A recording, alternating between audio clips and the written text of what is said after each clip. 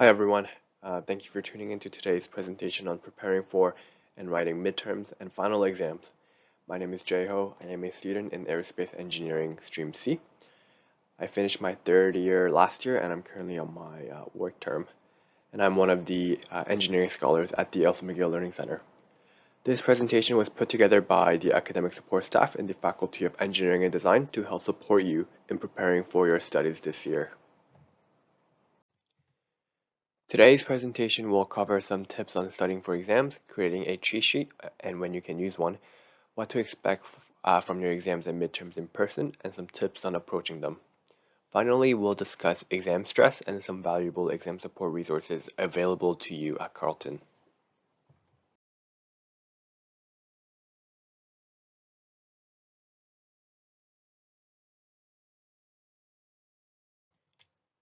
Alright, so we'll dive into studying for exams. Creating an exam plan is a strong first step in preparing for your upcoming exams or midterms. If exam stresses you out, you're not alone. I was stressed with exam, and I'm sure most people get stressed with exams.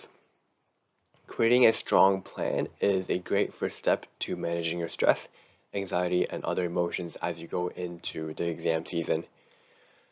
Before you start studying or opening any of your textbooks, you should start by planning each of your upcoming exams on a sheet of paper, notebook, or a calendar. Take note of the exam, when it is, what time it is, the type of exam, so it can be take-home, multiple choice, long answer, essays, etc., and your preparation strategies. These strategies can range from beginning to schedule time for practice problems, group reviews, solo reviews, etc., and we will talk more about this later in the presentation. An overlooked part of exam planning is determining how to manage your exam anxiety and where you will go for support. The last thing you need during your exam period is to experience an unexpected episode of anxiety with no plan on how to manage it or where to find additional support. Having a hard copy of anxiety management strategies that works for you, that you can refer to at any time, and where you can go if your anxiety becomes unmanageable can help streamline the process of getting support and your emotions back under control. When studying for an exam, everyone has their own preference on what works for them and what doesn't, but you should really consider these methods to introduce to your preparation routine if you haven't already. The first and the well-known method is creating lecture and chapter summaries. This is a great starting point for your review. It helps recall course material and create a quick review guide for the rest of your studying. Summaries can include core concepts, theories, equations, or examples, but then you can also add a couple other things as well. And the good thing about this one is that if you do this for every test, every quiz, or after every chapter throughout your term, you won't have to make this again. You can just use these study notes or summaries and then use that for studying for your exam. While making these summaries, you should avoid only reading your course notes or textbook or passively rewatching lectures without taking notes. This may seem like an equivalent review method as it kind of covers the same material, but it's proven that for most people, actively taking notes or rewriting notes helps improve information recall and put into your working memory. The next study method is doing practice problems. Especially in engineering design, I personally think that this method cannot be skipped if you want to be successful on your exam. This can feel like a chore for some classes where a single problem can take up to an hour, but if you can't do it in practice, then you will most likely not be able to do it on the final. Obviously, when you're doing practice problem, you want to actively practice questions from the course, but you want to avoid only reviewing completed problems. If you do want to go back and review completed problems, try covering up the answer and the solution and try it out, and then you can go back and see if you got it right, wrong, where you went wrong, etc. You should also try to format your answers the way your instructor expects them, just because not all teachers or online videos use the same format variable, so you want to be consistent with your instructor's format. One other thing is that I really think that you should try to solve different types of problem. Um, Instructors and professors can take one idea, one concept, and they're able to generate multiple types of questions without one single concept. So you should try your best to try out different questions and not just do practice problems or go through the solution manual. The next study method is group studying. Booking a group study session is not only an effective way to study by building off the knowledge of your classmates, peers, or friends, but it's also a great way to stay socially involved and get out of the house during a very busy exam or a midterm season. During the year, you can book a number of different rooms on campus for personal or group use, which includes the study rooms in the library. Booking a room with a whiteboard or a blackboard allows you to do collaborative work and you can be productive. If your course is supported by PASS, you can attend the mock exam after attending it either alone or with your friends. The mock exam typically represents the facilitator's experience with the exam in previous years, and it will give you a chance to ask any final questions about the topic in the course before the final. You will gain much less from these sessions if you attend without attempting the mock final, so make sure you attempt the final or the mock final before attending these sessions. One benefit of group studying is you can share your individual knowledge and play off of each other's strength. A method of studying together is to each learn a tricky section of the course and take turns teaching one another. Not only will this deepen your understanding, but it will also help your friends out in their own learning along the way. It's also really effective because you guys are relying on one another, and that forces you to study. And lastly, if you have any group mock exams, you can just work on the mock exams, review solutions together, and teach each other along the way. Next up, we have creating a study schedule. So we briefly touched on this earlier when creating an exam plan, but making a study schedule and getting down all your exam dates, content that needs to be reviewed, and the time dedicated to reviewing it can take a huge mental load off once you get it on paper. So ideally, you want to plan about 2 to 3 weeks leading up to your exam or midterm, and you want to do this a month leading into the finals. So obviously you want to avoid cramming too much material into a short period of time. So you want to be realistic with the amount of time you need for your review. I will start by dividing your test into chapters or sections and planning out a review time on a calendar. Don't just give yourself dates, but times you will be studying for each concept, and make sure you're rotating through your courses and giving attention to those courses appropriately. Having a plan like this makes sure nothing will fall through the cracks and the final exam won't be a surprise to you when it's only a couple days away. Lastly, you want to make sure that you're planning both independent and group study time. So we went over all the good stuff about the group study time, but independent studying time is also valuable, and you should be planning independent study time in your study schedule as well.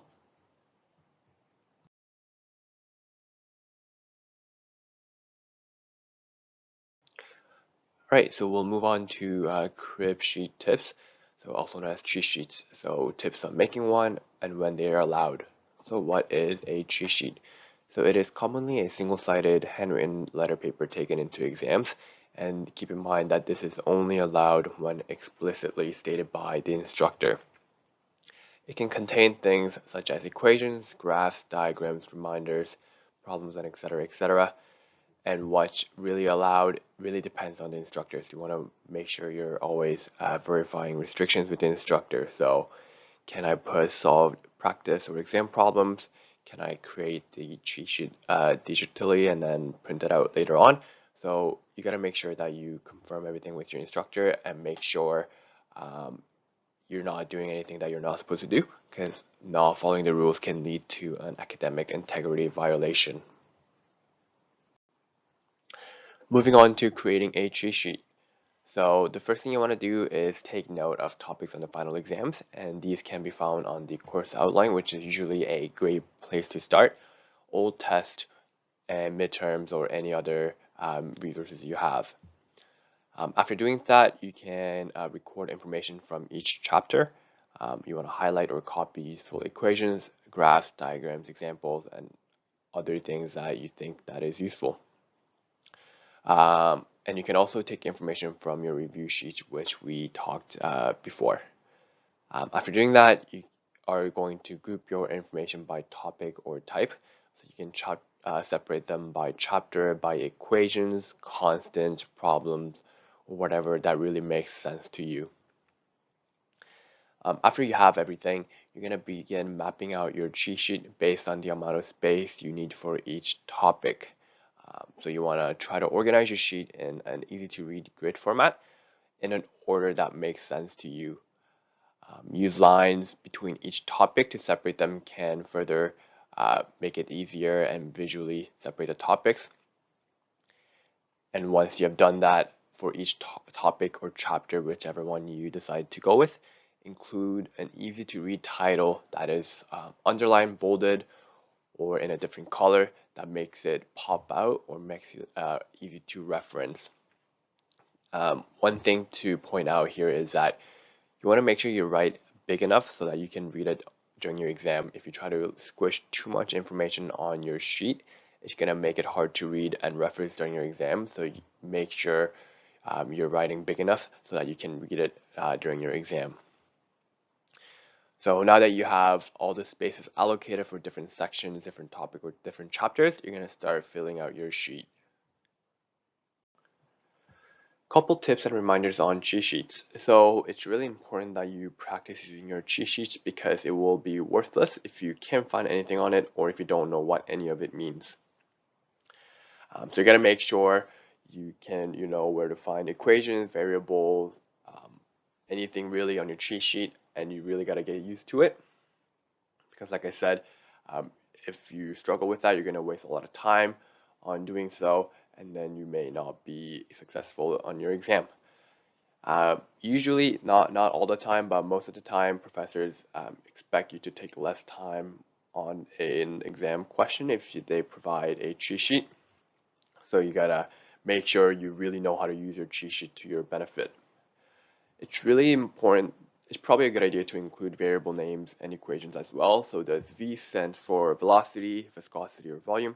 Stuff like that. It may be helpful to put that on your cheat sheet as well. And lastly, a very important point is that making a cheat sheet does not replace studying. Your cheat sheet is a valuable tool, but it should not replace studying for your exam.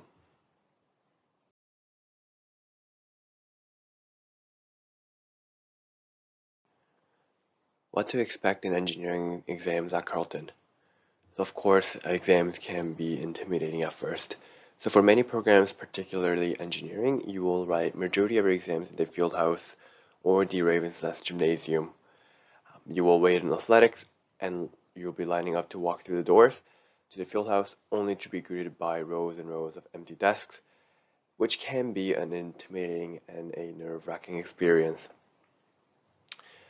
During an exam, you will be writing in the same room as over 1,000 other students, sitting in complete silence for 3 hours, while the instructors, TAs, and proctors will walk amongst you guys and looking over your shoulders to make sure you're not cheating. Aside from going to the bathroom, which you can actually do if you sign out, you'll be just sitting at your desk for the duration of your exam, and obviously a lot of pressure will be on you when a single test can be worth up to 6% of your grade. So obviously understanding what to expect ahead of time is really important so that you're not really surprised when you show up to write your final exam. So when you're practicing, when you're doing your mock exams, it can be really helpful to try and simulate these conditions with the 3 hours timer, and do it in silence by yourself. Here are a couple of things that you should bring to your exam and stuff that you should not bring to your exam. So what to bring? So 2B or softer lead pencil for multiple choice or Scantron exams. Obviously you do want to bring extra pencils or lead if you're using mechanical pencils. You do want to bring a decent or really good quality eraser so that when you erase something, it doesn't become a mess. Obviously, cheat sheets, notes, textbook only if they're allowed. You want to bring a clear water bottle, your student ID, and a calculator if needed or if it's allowed. A couple things not to bring is a prohibited material. There can be notes, old exams, textbook, and obviously if you are caught using these prohibited materials, it may result in removal from the exam room.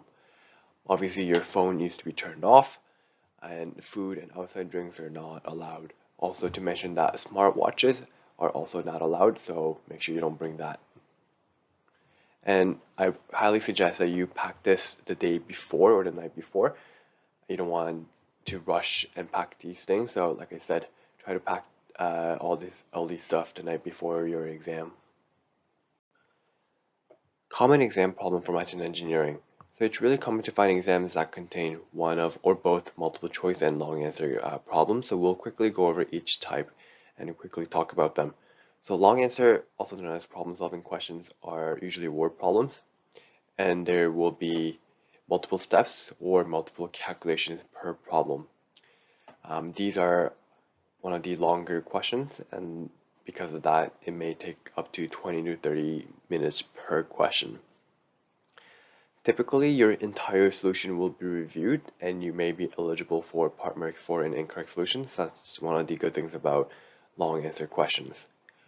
Multiple choice, on the other hand, focuses on theory or shorter calculations.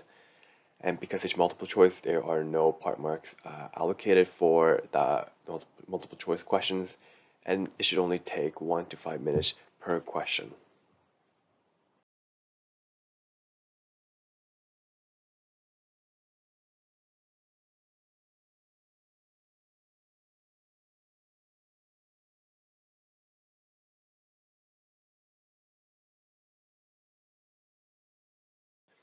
Preparing for long answer problems. So here are a couple of steps that you can follow when solving long answer problems, and I highly recommend you do so.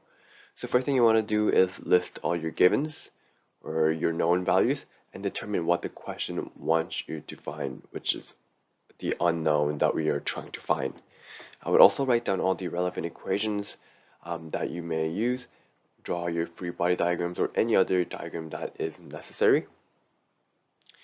State all assumptions, so standard temperature pressure, is ideal gas, steady state, closed system, etc., etc. So write your assumptions, and then you want to show all of your work. Like mentioned before, good thing about long answer is that part marks are given, even though your final answer is wrong. So error carried through will be considered, and even equations or variables can count for partial marks. So make sure you're writing, you're showing all of your work. So here are a couple of things that you can do when answering long answer problems. So numbering all of your steps. So this will make it easier for your teaching assistant to professor to follow, and this will make it more likely for them to spot where you went wrong and assess your work for partial marks. You can also circle and label your final answer or any solved variables. This will be easy again for yourself and whoever's marking your exam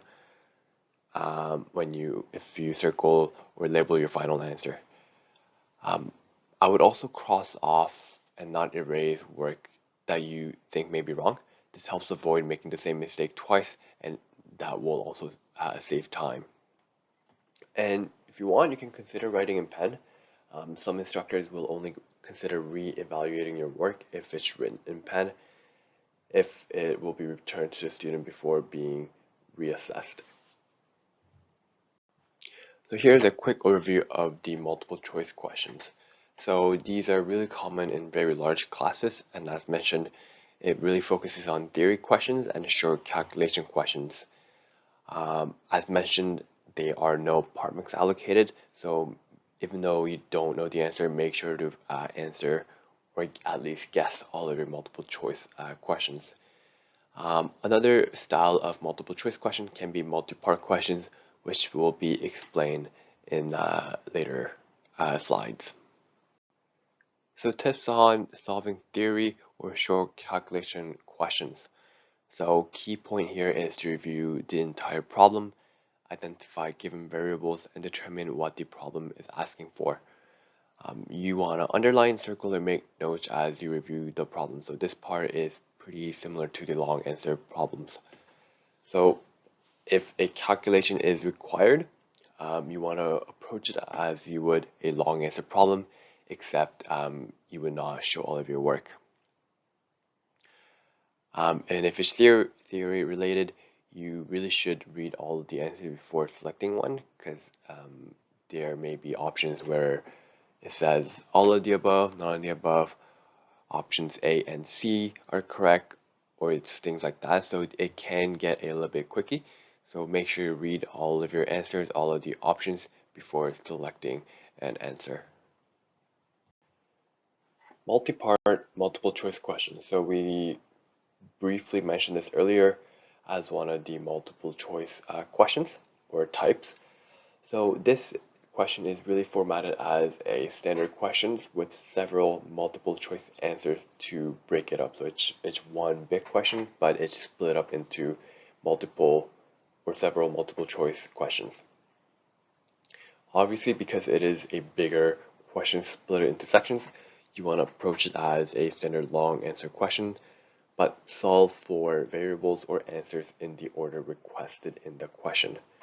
So to break up the long questions, it's really common to get an assumed correct value to use for the next step. So in these cases, if you get stuck in, let's say, part A, you can move on to part B and come back to part A and do that later. So that being said, I'll go over a couple of tips for writing an exam. So if it's allowed, I'll review the entire exam before starting, and I will start with your most confident topics. It's also really important to set a time limit for yourself to move on to the next question so that you don't run out of time at the end. Even if you finish early, try to stay until the end of the exam period and review your work. By doing so, I was able to catch a couple of mistakes and save myself a couple of marks. And if you're dealing with a mental block and if you can't think, you can take a break, you can go to the bathroom, drink some water, and get back to it. And if you have any questions, you can ask your professor or teaching assistant for clarification rather than assuming. Usually those will help when you're solving problems. Do's and don'ts of studying. So make sure you get 8 hours or at least 8 hours of sleep before your exam.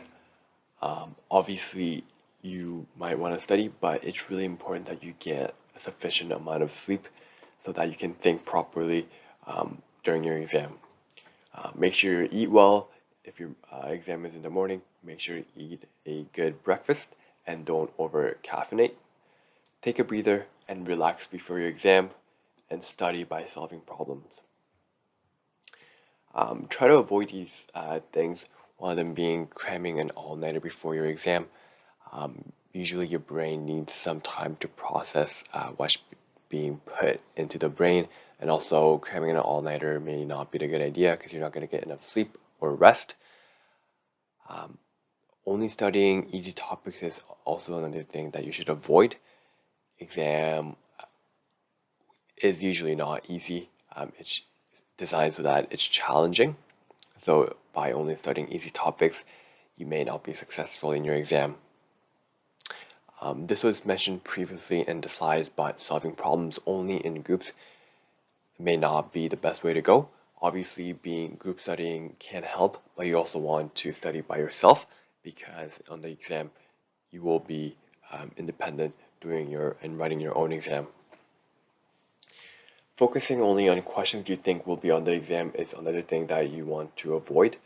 You'll be surprised how many types of questions professors can make with one concept. So try to attempt and try out and practice different types of questions and not only the ones you think will be on the exam. And as mentioned in the previous slides, don't review only by reading solved problems.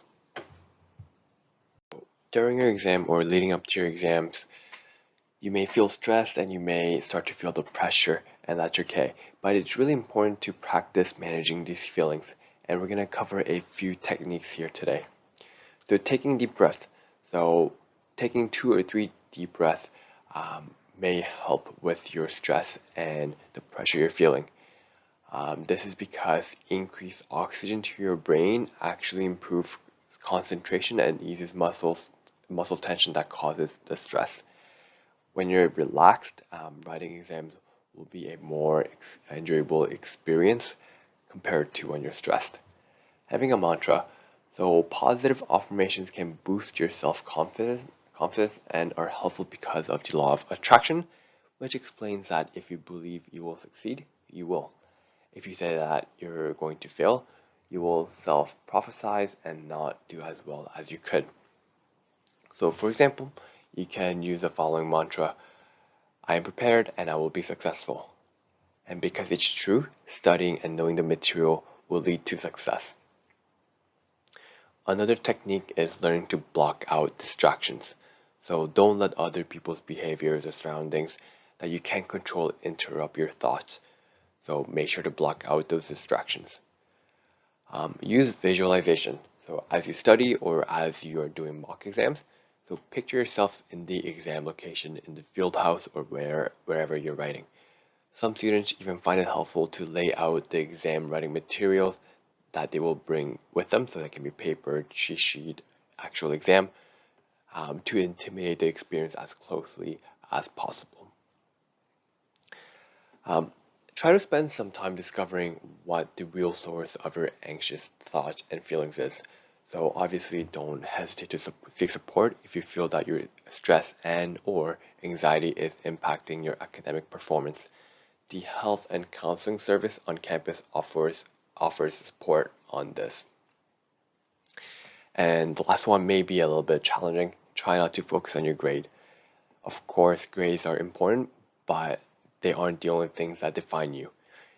Instead of setting overall expectations for yourself like, oh, I'm going to try to get an A plus on this final exam when you earned C plus on the midterm, focus on incremental and realistic goals.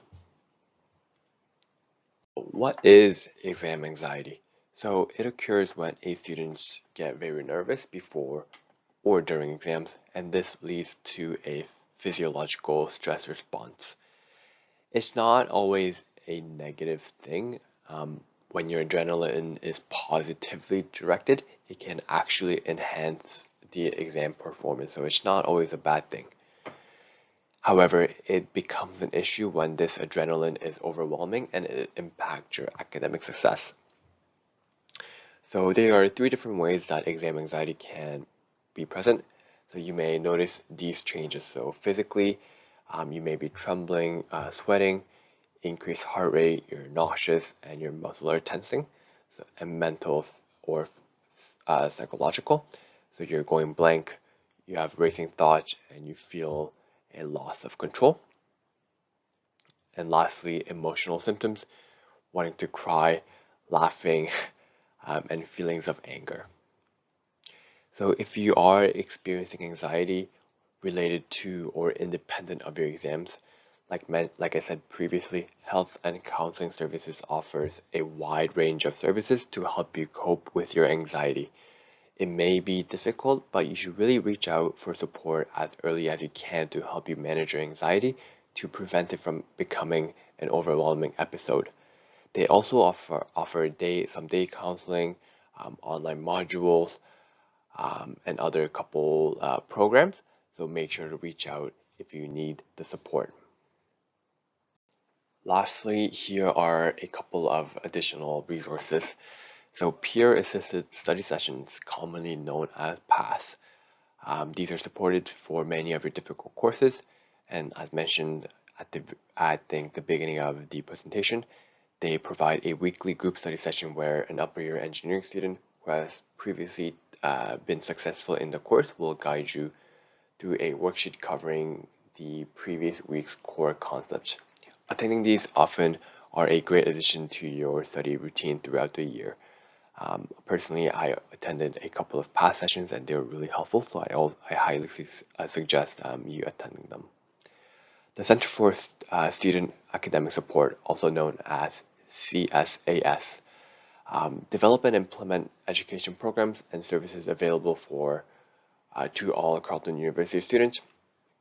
So if you're looking to develop your own study skills, you may want to check out their learning support sessions, which covers topics of time management, note-taking, exam prep, and other things. Another resources that you can use are your engineering clubs and societies. So these can be CSCS, CUBES, CMAS, DSOC, CSC, etc., etc. They are a great way to get involved in the engineering community and develop your social and academic circles. And finally, if you have any questions about engineering regulations, scheduling, or otherwise, you can always ask the Engineering Academic Support Office, who are ready to help you find the resources you need to be successful. So that is it.